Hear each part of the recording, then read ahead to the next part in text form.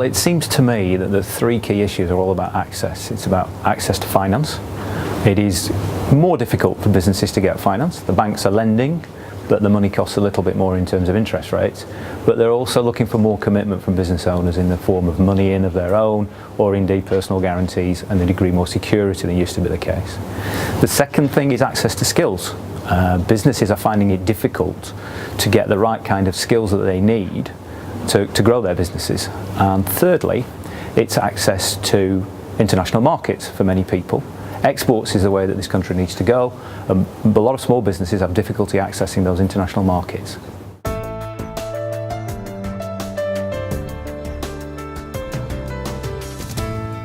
Well, I think that businesses should be looking at different forms of funding. They should be perhaps considering things like crowdfunding. That's starting to grow as a source of funding for businesses, and it's going to become regulated, so people may become more comfortable with it.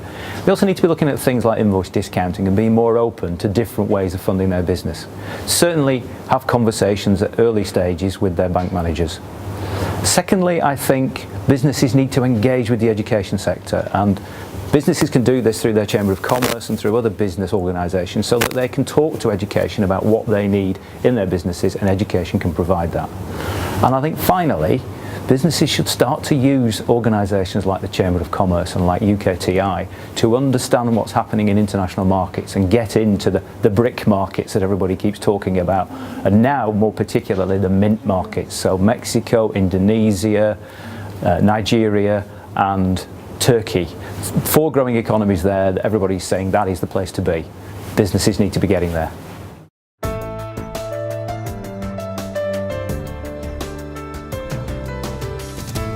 From a tax perspective, businesses need to be focusing on getting the tax relief for their investment and growth that the Chancellor is encouraging them to make. And that's going to include making sure they get the best tax relief for capital investment, but also thinking about things like research and development tax reliefs that might be relevant to them. From a capital perspective, we've got the annual investment allowance, which is now at 500,000, which is great. Businesses just need to make sure that they're spending money at the right time to qualify for that.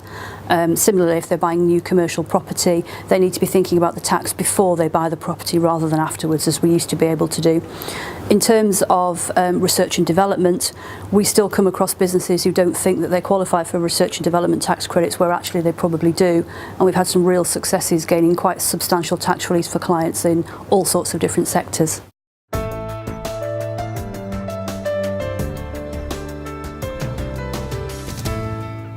I think there are 2 areas of impact. The first one is in terms of compliance. We're seeing more and more businesses coming into the payroll real-time information regime, and also auto-enrolment is starting to affect local businesses who are having to think about funding employee pensions.